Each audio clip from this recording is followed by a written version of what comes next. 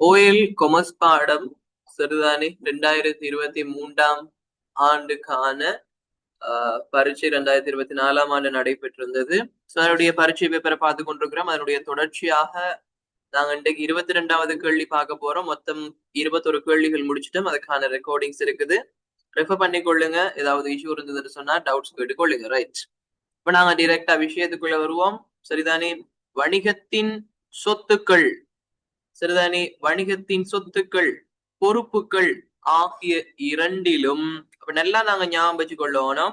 இங்க கணக்கீட்டு சமன்பாடு சம்பந்தமாக கதைக்க போறாருங்கிறது எங்களுக்கு என்ன செஞ்சிருக்கணும், விடத்தை வச்சு விளங்கி இருக்கணும். ஏன் சொத்துக்கள் சொல்றார், பொறுப்புகள் சொல்றார், அங்கால ஈக்விட்டி உரிமையாண்மை இருக்க போகுது. சோ அது நமக்கு இங்க கேட்கல. அதனால எங்களுக்கு இந்த ரெண்டு விஷயம் தான் இது கணக்கீடு சமன்பாட்டோட தொடர்புபட போகுது. ஆக இதுல இந்த சொத்துலையும் இந்த பொறுப்புலையும் சரிதானே, இந்த ரெண்டுலையுமே குறைவை ஏற்படுத்தக்கூடிய ஒரு கொடுக்கல் வாங்கல் என்ன அப்படின்னு சொல்லி எங்கிட்ட கேள்வி கேட்டாருண்டா, நாங்க வழமையா செய்யற மாதிரி தான் நம்ம என்ன செய்வோம், கணக்கீட்டு சமன்பாடு எங்களுக்கு தெரியும். சரிதானே, முதலாவது என்ன போடுவோம், அசெட். அசெட் என்று சொன்னா என்னது, அதாவது உங்களுடைய சொத்தாக இருக்க போகுது. அதோட பாத்தீங்கன்னு சொன்னா ஈக்விட்டி உங்களோட உரிமையாண்மையாக இருக்க போகுது. அதே மாதிரி பாத்தீங்கன்னா லயபிலிட்டி உங்களுடைய பொறுப்பாக இருக்க போகுது. இப்ப இந்த இரண்டு இதுலையும் இந்த ஏலையும் எல்லையும் என்ன செய்யணும், குறைவை ஏற்படுத்தணுமாம். அதுக்கான இரட்டை பதிவு என்னன்னு சொல்லி கேட்கிறார். அப்ப பாருங்க, சொந்த பயன்பாட்டிற்காக உடைமையாளரால் 5000 ரூபாய் எடுக்கப்படல். அதாவது சொந்த தேவைக்காக எடுத்தால் என்ன பிள்ளைகள், பற்று. அப்ப சொந்த தேவைக்காக பற்றுறார் அப்படின்னு சொன்னா முதலாவது என்ன செய்யும், காசு அப்படின்ற ஒரு விஷயம் என்ன செய்ய போகுது, குறைய போகுது. எவ்வளவால, நான் 3 0 குறைச்சு என்ன செய்யறேன், பதிவு செய்யறேன்னா. பட் நீங்க அப்படி பதிவு செய்யறேன்ல, அங்க பதிவு செய்யணும். கெப் இல்லாதனால 3 0 குறைச்சு போட்டு நான் பதிவு செய்யறேன். முதலாவது காசுங்கிற 5000 குறையும். அதே மாதிரி உரிமையாண்மையில் என்ன செய்யும், 5000 குறையும். அப்ப இந்த கொடுக்கல் வாங்கல நாங்க குறைவுன்னு சொல்லி பதியலாமா, இங்க கேட்டிருக்கிறது சொத்தும் பொறுப்பும். ஆக முதலாவது என்ன செய்யாது, ஆன்சராக வராது.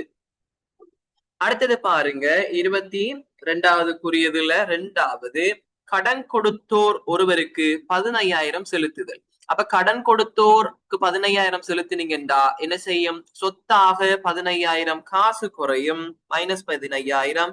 அதே மாதிரி பொறுப்பு என்ன செய்யும், எங்களுக்கு குறையும். அப்ப பொறுப்புல நாங்க 15 குறைப்போம். அப்ப எங்களுக்கு இந்த இடத்துல என்ன வந்துட்டுது, அதுக்கான ஆன்சர் வந்துட்டுது.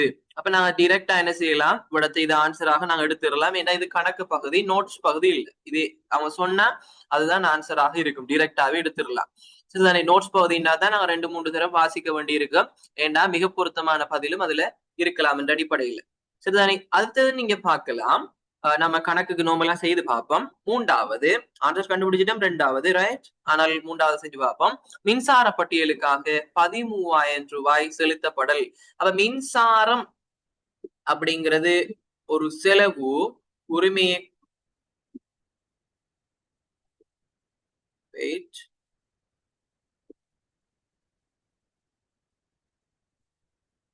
என்ன செய்யும், காசாக கொடுத்திருக்கிறோம், குறைக்கும். எவ்வளவு, 13. அதே மாதிரி உரிமையாண்மையும் குறைக்கும், அது ஒரு செலவுங்கிறதுனால 13. சரிதானே, அதே மாதிரி பாருங்க, 45000 பெறுமதியான பொருட்கள் கடலுக்கு கொள்வனவு செய்யப்படுதல். கடனே கொள்வனவு செய்யப்பட்டா என்ன செய்யும், சரக்கு வரும். சரிதானே, சரக்கு வரும். எவ்வளவு, +45000 சரக்கு வரும், பிளஸ் சரக்கு வரும். அதே மாதிரி கொள்வனவு செய்யப்படுது கடனுக்குங்கிறதுனால எங்களுக்கு கடன் கொடுத்தோர் வருவார். ஆகவே எங்களுக்கான பொறுப்பும் அதிகரிக்க போகுது 45. சரிதானே, இதுல டவுட் இருக்காது. சோ இந்த மூன்றும் வராது, ரெண்டாவது தான் ஆன்சரா இருக்கும்னு சொல்லிட்டு நாங்க பார்த்துட்டோம். இதுல உங்களுக்கு கிளியர் ரைட். அடுத்தது, பின்வரும் மூல ஆவணத்தை பயன்படுத்தி. சரிதானே, மூல ஆவணம் ஒன்று தந்திருக்கிறார். இந்த மூல ஆவணத்தை பயன்படுத்திக்கிட்டு என்ன செய்யலாம், 23, 24 ஆகிய வினாக்களுக்கு விடை எழுதுக அப்படின்னு சொல்றாரு. அப்ப 23, 24 சொல்லக்கூடிய ரெண்டுக்குமே நாங்க என்ன செய்ய போறோம், ஆன்சர் கொடுக்க போறோம். இதுக்கும் ஒருமிக்க ஆன்சர் வரப்போகுது. ரைட், நார்மலா இதை பாருங்க, பட்டியல் பில் ஒண்ணு இருக்குது. இந்த பில்லுல ராஜா வியாபாரிகள் இலக்கம் 25 குருநாகல். சரிதானே, இவர் அப்ப ராஜான்றவர் தான் என்ன செய்யறாரு, விற்பனை செய்யறாரு. ஏன்னா பில் ஒண்ணு எடுத்தீங்கன்னா மேல் பகுதியில் என்ன இருக்கும், அவங்களோட விற்பனை செய்யறவர டீட்டெயில்ஸ் இருக்கும், இங்க விற்கப்படுறவர டீட்டெயில்ஸ் இருக்கும். யாருக்கு நாங்க விக்கிறோம்ங்கிறது அது சம்பந்தமான விவரணங்கள், சிறுதானி எப்ப வித்தம், என்ன இலக்கம், பில்ட நம்பர், எவ்வளவு வித்திருக்கிறோம், எவ்வளவு காசு கழுவி கொடுத்திருக்கிறோம். சிறுதானி அதே மாதிரி ஃபியூச்சர்ல அவரு எத்தனையாம் தேதிக்கு முதல் அவரு பேமெண்ட் பண்ணுவாரா இருந்தா அந்த டைம்லயும் நாங்க ஒரு கழிவு ஒன்று கொடுப்போம்னு சொல்லியும் நாங்க போட்டிருக்கிறோம். சிறுதானி ரைட், இந்த விஷயம் இருக்குது. அப்ப இங்க காசு கழிவு, வியாபார கழிவு கொடுக்கப்படுது. அதே மாதிரி இங்க பெற்ற கழிவையும் அவரு நாங்க கொடுத்த கழிவு நாங்க அவருக்கு கொடுக்கலாம். சிறுதானி என்ன கடன் அடிப்படையில் என்ற அடிப்படையில சிறுதானி என்றா அப்படித்தான் இதுல போடுபடுகிறது. சரியான பிள்ளைகள் ரைட். இங்க பாருங்க, மேலே தரப்பட்டுள்ள மூல ஆவணத்தில் தகவல்கள், இந்த மூல ஆவணத்தினுடைய தகவல்கள் யார வணிகமாம், ராஜா வியாபாரிகள் மூல பதிவேட்டில், அதாவது இந்த ராஜா என்று சொல்லக்கூடிய வர்ற மூல பதிவேட்டுல எங்கே பதிவு செய்யப்படும். அப்ப எங்களுக்கு தெரிஞ்சிருக்கணும், இது ஒரு பட்டியல் பில் இருக்குது. இந்த பில்லை பொறுத்தளவுல இந்த மேல் பகுதியில இருக்கிறது விற்பனையாளராக இருப்பார். விற்பனையாளராக இருப்பாராக இருந்தால் விற்பனை நாட்குறிப்பேடு. இங்க கொள்வனவு செய்யறவராக இருப்பார். ஏன்னா நான் ஒரு பில் ஒன்று எடுத்தாலே எங்களுக்கு தெரியும் மேல் பகுதியில சரிதானே யாருல இருக்கும், விற்பனை செய்யறவர் தானே இருக்கு பொதுவா. அப்ப அது விற்பனை நாட்குறிப்பேட்டுலதான் நாங்க மூல பதிவேட்டுல நாங்க இதை என்ன செய்வோம், பதிவு செய்வோம். அப்ப இதுக்கு எங்களுக்கு ஆன்சர் டிரெக்டா தெரியும், இரண்டாவது ஆன்சர். சரியோ? அடுத்தது பாருங்க, விஜயா தொலைபேசி கம்பெனியின் புத்தகங்களில், அதாவது இந்த விஜயா தொலைபேசி கம்பெனியினுடைய புத்தகத்துல மேலே தரப்பட்டுள்ள மூல ஆவணத்தில் கொடுக்கல் வாங்கல்களை பதிவதற்கான இரட்டை பதிவு எது? எதுன்னு சொல்லி டக்குன்னு மார்க் பண்ணுங்க பாப்போம். இந்த கொடுக்கல் வாங்கல இவர் பதிவு செய்ய போறார், அதாவது கொள்வனவு செய்தவர், கடனுக்கு கொள்வனவு செஞ்சவர் பதிவு செய்ய போறாரு. அப்ப அது எவ்வளவு, என்ன மாதிரி இரட்டை பதிவு செய்வார் அப்படிங்கறத சொல்லுங்க பாப்போம்.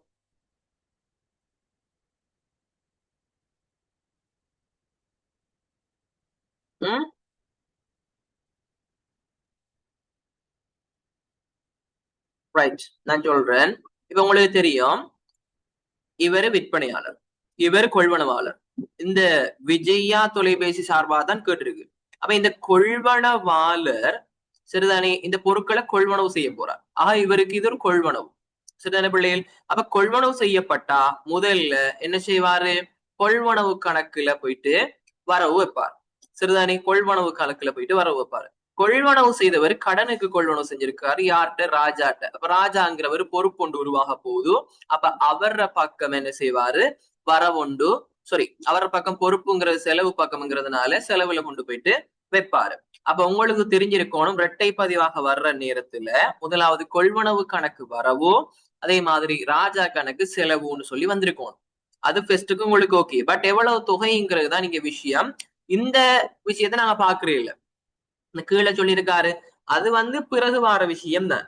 இப்ப இந்த பட்டியல்ல எவ்வளவு அமௌண்ட் இருக்கோ அந்த அமௌண்ட்டுக்கு தான் நாங்க என்ன செய்யணும், நாங்க கடனுக்கு கொள்ளணும் செஞ்சிருக்கிறோம் அப்படின்னு சொல்லி பதிவு செய்யணும். பின்னர் நாங்க முன்கூட்டியே பணம் கொடுக்கிற சந்தர்ப்பத்துல நாங்க என்ன செய்யலாம், இதை பெற்ற கழிவு அப்படின்னு சொல்லிட்டு யாரு செய்யலாம், இந்த விஜயா தொலைபேசி கம்பெனி பெற்றுக்கொள்ளக்கூடிய மாதிரி இருக்கு. அது அடுத்த பார்ட். எங்களுக்கு இந்த மூல ஆவணத்துல கொடுக்கப்பட்டிருக்கிற கொடுக்கல் வாங்கலுக்கு இரட்டை பதிவு என்னன்னு கேட்டாருந்தா அமௌண்ட் தெரியும், 2,70,000 என்ற அமௌண்ட். இந்த பட்டியல் அமௌண்ட்டுக்கு தான் அவர் கடன் கொடுத்தோராக இந்த ராஜா வியாபாரம் இருக்க போதும் விஜயாக்கு. சோ அதனால நாங்க பதிவோம் என்னன்னு சொன்னா, கொள்வனவு கணக்குல வரவு 2,70,000, ராஜா கணக்குல செலவு 2,70,000. முதலாவது ஆன்சரா இருக்கு. சரிதானே? நாங்க டிரெக்டா நாங்க ஆன்சர் இதுதான் எடுத்துட்டோம் என்றால் கணக்கு பகுதி தானே, அப்ப எக்யூரேட்டா தான் ஆன்சர். அப்ப இங்க பார்ப்போம், அந்த இரட்டை பதிவு எங்க இருக்குண்டா முதலாவதுல தான் இருக்குது. ஆகவே முதலாவது ஆன்சராக இருக்கும். டவுட் இருந்தா கேட்டுக்கொள்ளுங்களா? சரிதானே? சப்போஸ் உங்களுக்கு இதுல டவுட் வரலாம், 3 லட்சத்தை எடுக்கலாம் தானே, 3 லட்சத்துக்கு தானே விற்பனை செய்யப்பட்டிருக்குது அப்படின்னு கேட்டா, அந்த பொருள்ற மொத்தம் தான் 3 லட்சமே தவிர சரிதானே அங்க வியாபார கழிவு அவடத்தையே வழங்குதாங்க. 2 லட்சத்துக்கு தான் அவருக்கு பொறுப்பு உருவாகும். அதற்கு பின்னர் அவர் கொடுத்து தீர்ப்பாராக இருந்தால், குறிப்பிட்ட டேட் கொடுத்திருக்கு, அதுக்கு முன்னூறு கொடுப்பாரா இருந்தா அவருக்கு 5% கழிவு கிடைக்கும். சரிதானே? அப்ப ராஜாக்கு அது கொடுத்த கழிவாகவும் விஜயாக்கு அது பெற்ற கழிவாகவும் இருக்கும். சரிதானே? அதுல டவுட்ஸ் இருக்காதுன்னு நம்புறேன். ரைட். இப்ப 25வதுக்கு வாங்க. தளபாட வியாபார வணிகம் ஒன்றின் பொது நாட்குறிப்பேட்டில் பதியப்பட்ட கொடுக்கல் வாங்கல். எஸ், பொது நாட்குறிப்பேட்டில் பதியப்பட்ட கொடுக்கல் வாங்கல் எது என்று சொல்லி கேட்கிறார். அப்ப எங்களுக்கு தெரிஞ்சிருக்கணும் இந்த நாட்குறிப்பு சம்பந்தமான அறிவுல நான் உங்களுக்கு என்ன செய்யறேன், உங்களுக்கு இருக்கக்கூடிய மூலேடுகள் சம்பந்தமாக உங்களுக்கு இதுல நான் ஷோ பண்றேன். ஒரு மெமரி, ஒரு ரிமைண்டருக்காக.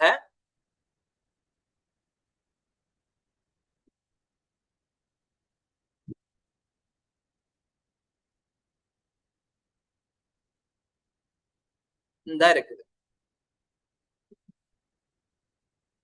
ரைட். இங்க பாருங்க பிள்ளைகள், கொடுக்கல் வாங்கல் தந்திருக்கு, மூலப்பதிவுக்கான ஏடுகள் தந்திருக்கு. காசு பெருமனவு கொடுப்பனவாக இருந்தால் அது மூலப்பதிவா வீடாக நாங்க காசு அல்லது காசு கணக்கை பயன்படுத்துவோம்.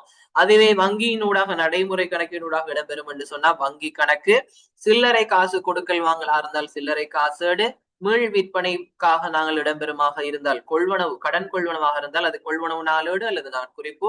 அடுத்தது மீள் விற்பனைக்காக பொருள் கடனுக்கு விற்பனை செய்யப்படுமாக இருந்தால் விற்பனை நாளேடு அல்லது விற்பனை நாட்குறிப்பு. ஏனைய கொடுக்கல் வாங்கல்கள், அதாவது இதுல இல்லாத காசு, வங்கி, சில்லறை, அடுத்தது கடன் கொள்வனவு, கடன் விற்பனை இல்லாதது பொது நாட்குறிப்பீட்டுல இடம்பெறக்கூடியதாக இருக்கும். அப்ப அந்த கொடுக்கல் வாங்கல் என்னங்கிறது தான் நம்மகிட்ட கொஸ்டினாக கேட்டிருக்காரு. அப்ப இங்க பாருங்க, 1,80,000 பெறுமதியான தளபாடங்கள் காசுக்கு கொள்வனவு செய்யப்பட்டால் எதுல வரும்? காசு கணக்குல வரும் அல்லது காசேடுல வரும். ஆகவே முதலாவது என்னவா வராது? ஆன்சராக வராது. அடுத்தது, 1,75,000 பெறுமதியான தளபாடங்கள் கடனுக்கு கொள்வனவு செய்யப்பட்டால் கொள்வனவு நாளேடு அல்லது நாட்குறிப்பு. ஆகவே அதுவும் வராது. சரியோ? அடுத்தது பாருங்க, 1,25,000 பெறுமதியான தளபாடங்கள் வணிக பயன்பாட்டுக்காக, இதெல்லாம் நோட் பண்ணுங்க, வணிகத்தினுடைய பயன்பாட்டுக்காக. நாங்க ஆல்ரெடி அங்க பார்த்துட்டோம். என்னன்னு பார்த்தோம்,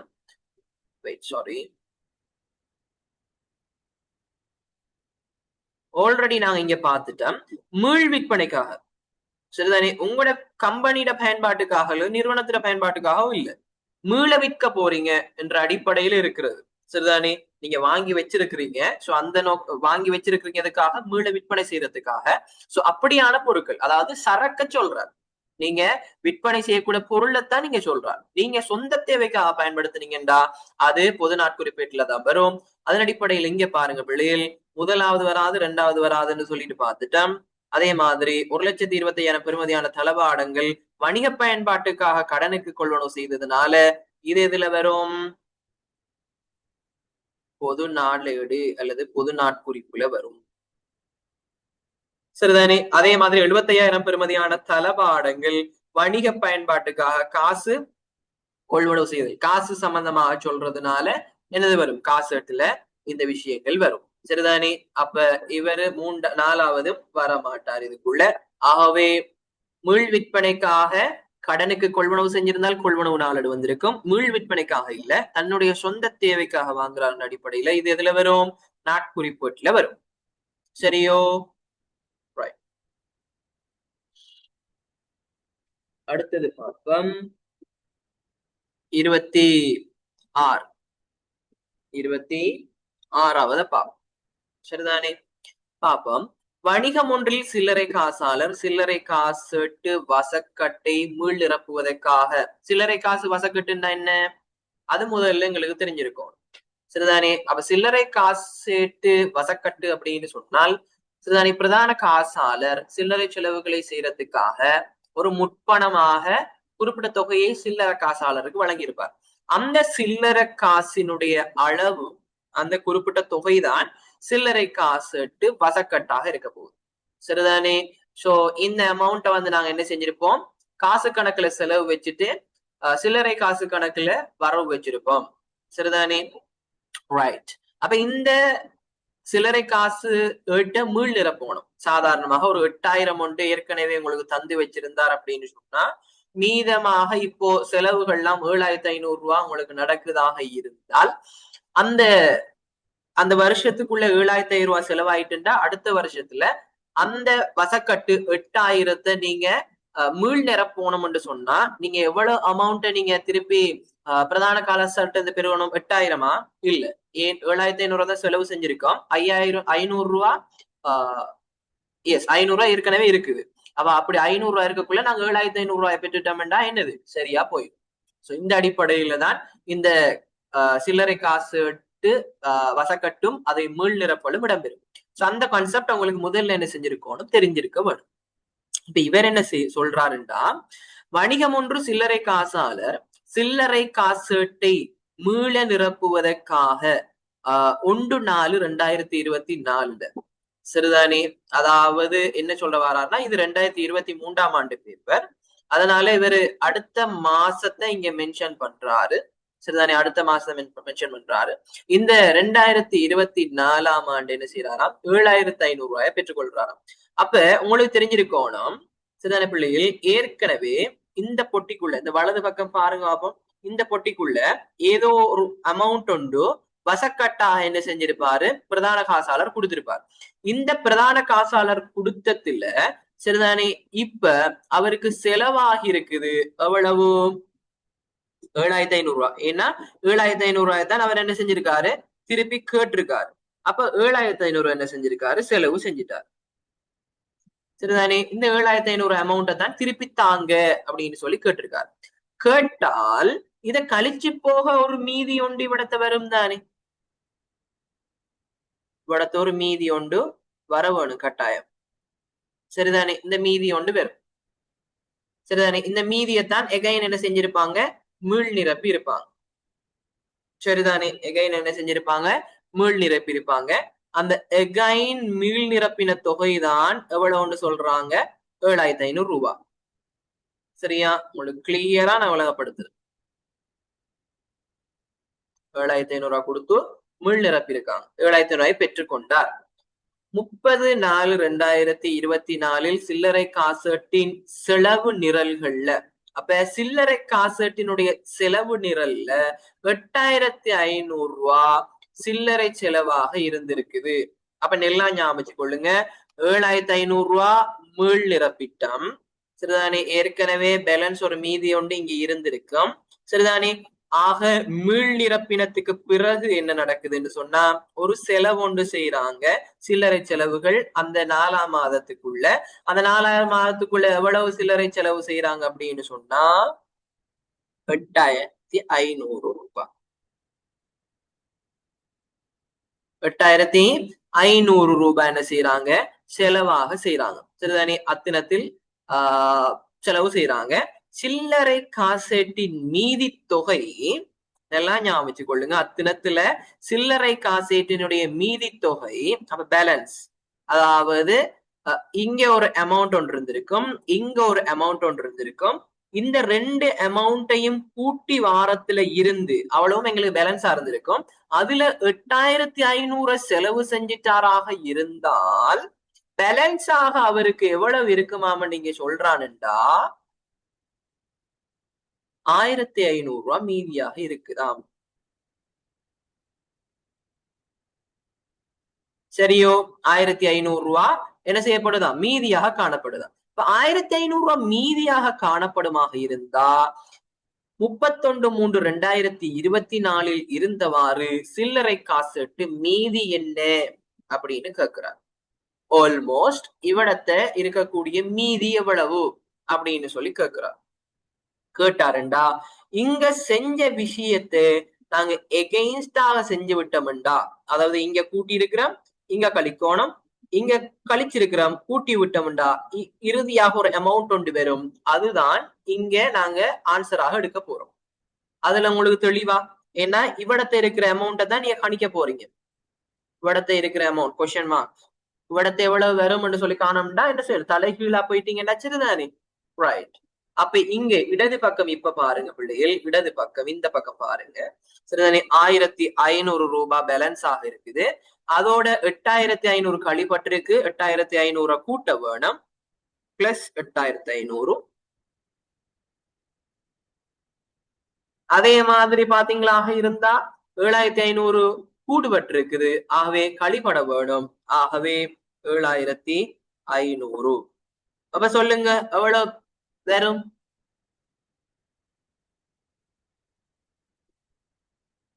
1500, 8500, மொத்தம் 10,000. 10,000த்துல 7500 போனா எவ்வளவு ஆன்சர்? 2500. 2500 எங்க இருக்கு? 2500 தான் இருக்குது. தான் ஆன்சர். புரியுதா?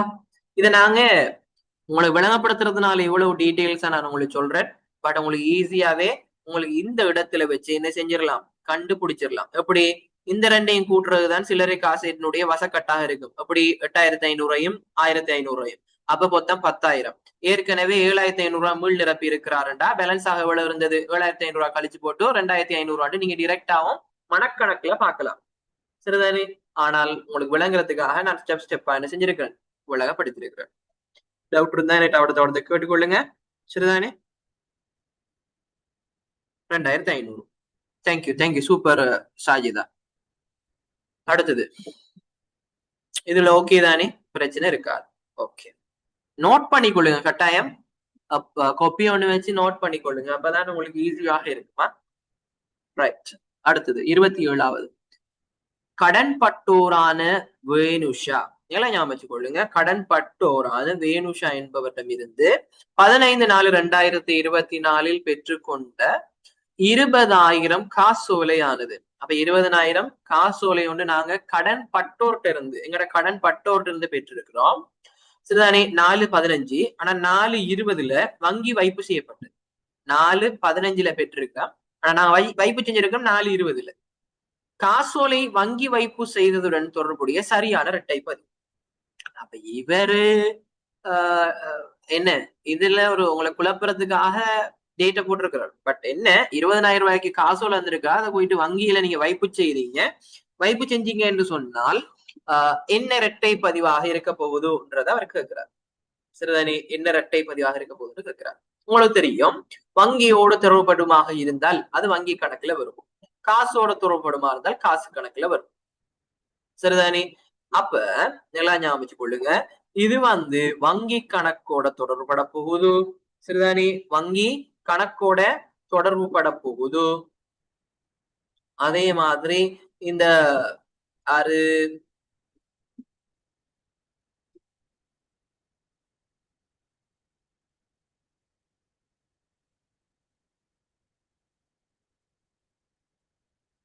வெயிட்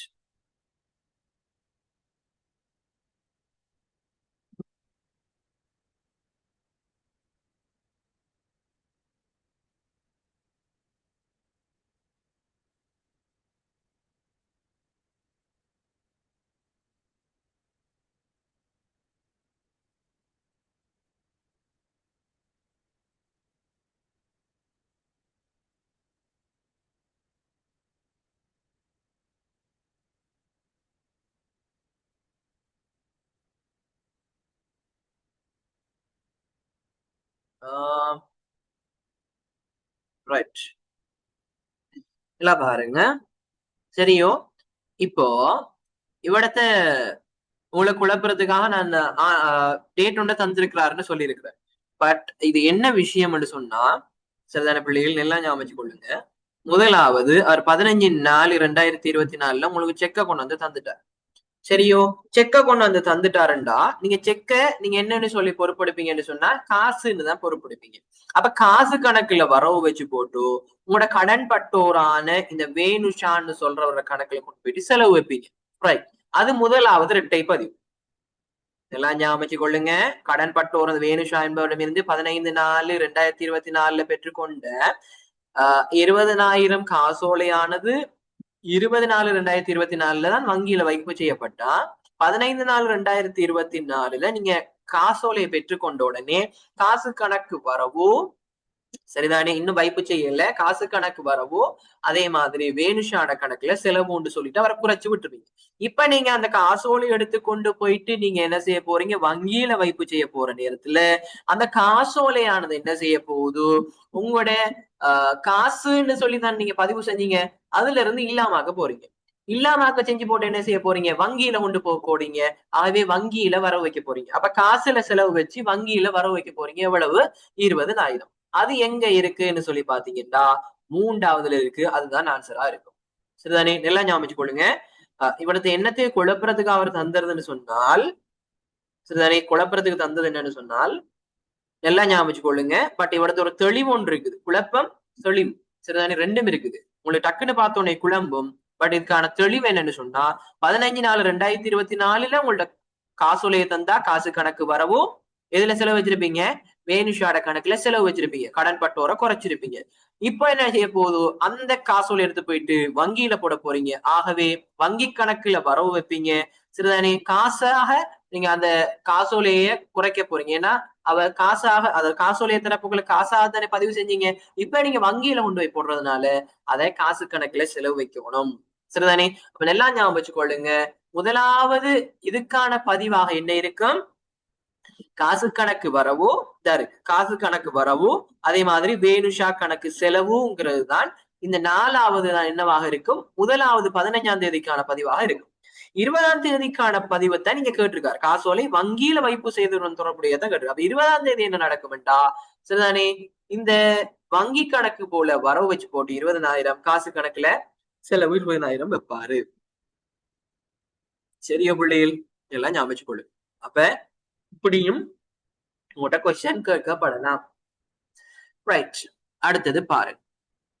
வணிகம் ஒன்றின் வங்கி கணக்கு மீதியை செம்மையாக்குவதற்காக பயன்படுத்தக்கூடிய உருப்படியை மட்டும் உள்ளடக்கியுள்ள விடையை தெரிவு செய்க. சரிதானே? அப்ப எல்லாம் ஞாபகம் வச்சுக்கொள்ளுங்க. அண்டர்லைன் பண்ணி கொள்ளணும். சில விஷயங்களை அவடத்தோட அண்டர்லைன் பண்ணி வச்சுக்கொள்ளணும். வணிகம் ஒன்றினுடைய வங்கி கணக்கு மீதியை செம்மையாக்குவதற்காக. அப்ப நாங்க வங்கி கூற்று, அதே மாதிரி வங்கி கணக்கு, அதே மாதிரி வங்கி கணக்கு கூற்று, இவ்வளவு விஷயமும் நாங்க படிச்சிருப்போம் உங்களோட 10ஆம் ஆண்டு சிலபஸ்ல. அதுல இந்த வங்கி மீதியை செம்மையாக்குறதுக்காக நாங்க பயன்படுத்துறது எதுன்னு சொன்னால், சரிதானே, வங்கி கணக்கு மீதியை செம்மையாக்குறதுக்கு வங்கி கணக்கை பயன்படும். இந்த வங்கி கணக்குல நாங்க என்னென்னத்தை பயன்படுத்துவோம்டா, உண்டு திருத்துறதுக்கு முன்னரான மீதி இருக்கு.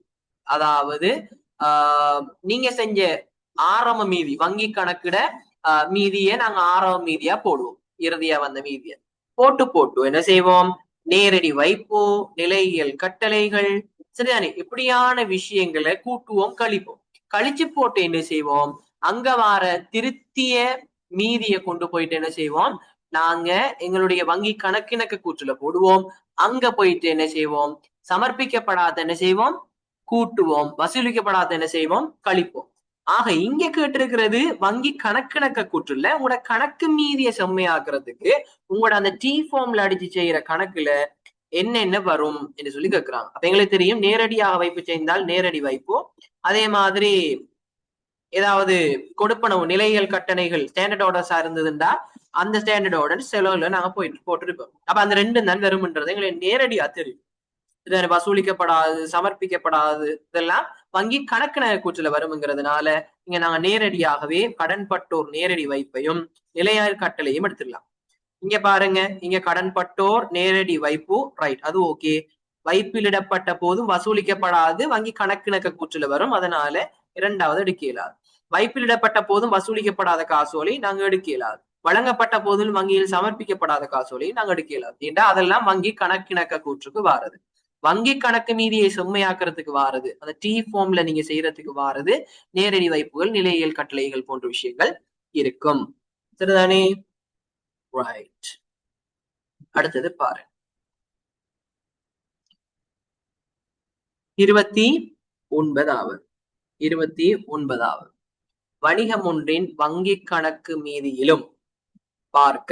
அதாவது நீங்க ஒரு கணக்கொண்டு செஞ்சு வச்சிருக்கிறீங்க, சரிதானே, நீங்க ஒரு கணக்கொண்டு செஞ்சு வச்சிருக்கிறீங்க, அங்க செய்திருக்கிறதுலையும் பார்க்க வங்கி கூற்று மீதி. அதாவது வங்கியால என்ன செஞ்சிருக்கிறான், உங்களுக்கு ஒரு மீதி, அதாவது வங்கி கூற்றொண்டு தந்திருப்பான், அங்க மீதி குறைவாக இருக்குது, சிறுதனே குறைவாக காணப்படுது, அதற்கான காரணம் என்ன அப்படின்னு சொல்லி கேட்டிருக்காங்க. எல்லாம் பாருங்க பிள்ளைகள், இப்ப வங்கி கூற்றுல ஏதோ ஒரு குறைவு ஒன்று நடந்திருக்குன்னு சொன்னால் சரிதானே, நாங்க இங்க பார்க்க வேண்டிய விடயத்துல ரெண்டு மூன்று விஷயங்கள் இருக்கு.